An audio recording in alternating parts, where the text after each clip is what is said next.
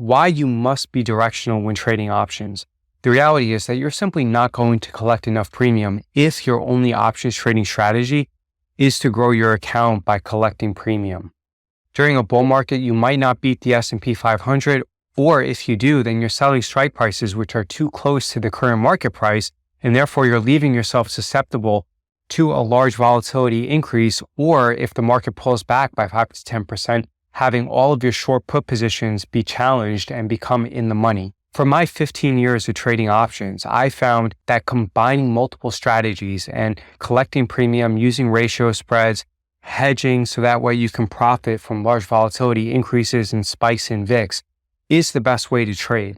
That way you can be profitable in all market environments. Yes, the hedges will act as a small anchor and they will slow you down slightly. If the market goes up 20% like it did in 2023, then you might show a small loss on those hedges. But the benefit of those hedges is that they can increase in value from anywhere from 10 to 40 to 50 times if we experience another time like March 2020.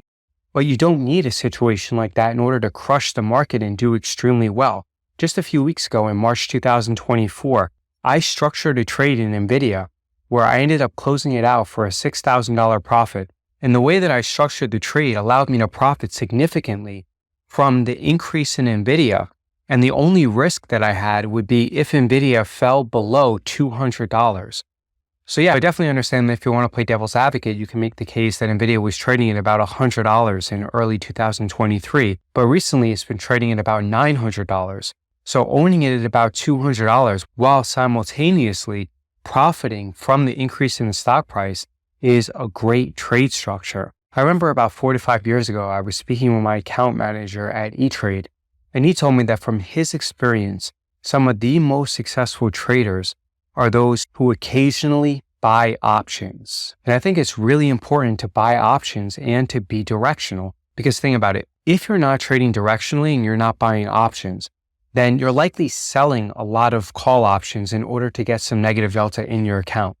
The problem with that is if the market pulls back and if the market crashes, you're going to lose those negative deltas and then your short put options are going to be challenged.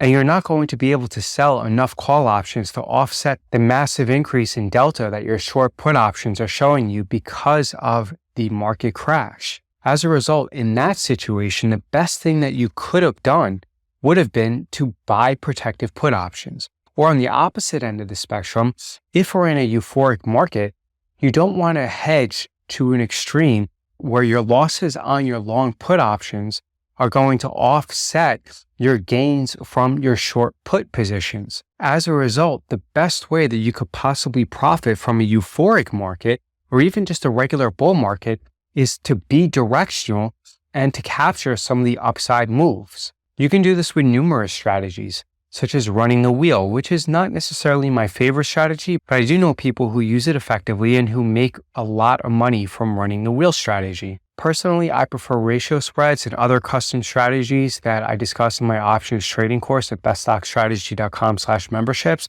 But overall, I think that the takeaway from this video is that you have to trade directional if your goal is to beat the market while also reducing risk and realizing higher risk-adjusted returns than the S&P 500. David Jaffe with beststockstrategy.com. If you have any questions, leave a comment below and watch this video right here because YouTube believes that you would enjoy it the most.